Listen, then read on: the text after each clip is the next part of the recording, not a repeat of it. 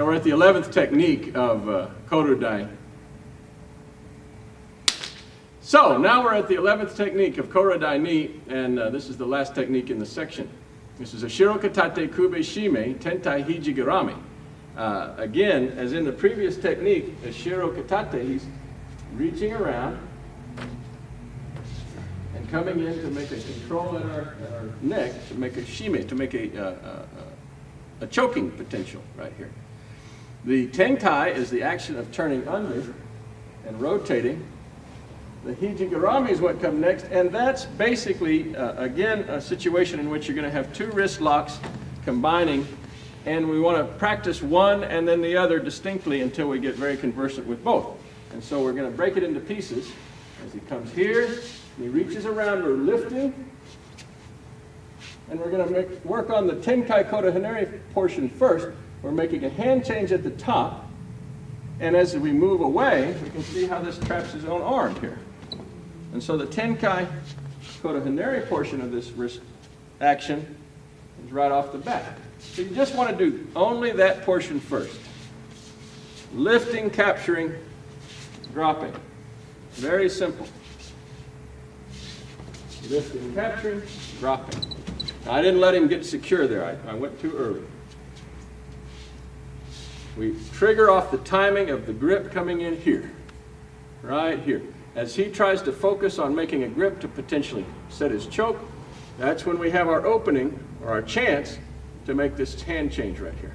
Once this is secure and in place, we want to practice the second element.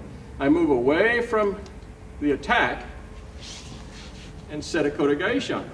And again, we don't want to be trying to twist this in place too much. Here we go. The free hand is now going to come right to your collar, cover, and move away from it until you get a very natural kodo gaeshi form. Try not to be twisting.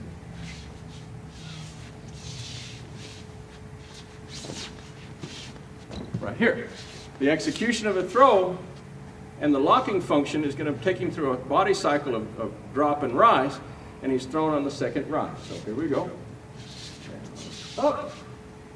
Down, up, down, right there. You want to do this in a rhythmic fashion. Let's try it from this side, get a different angle. Up, thank you.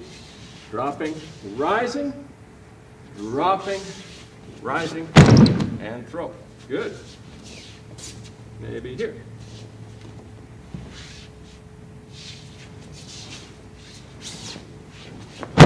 There we go.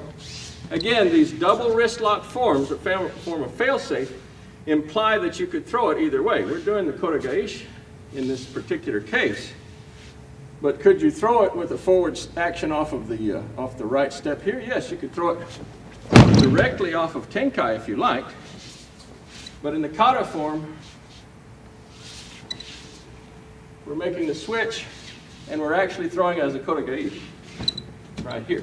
So there are both opportunities available. You want to be conversant with both. Kodo gaeshi on the outside. Good. Thank you. Thank you.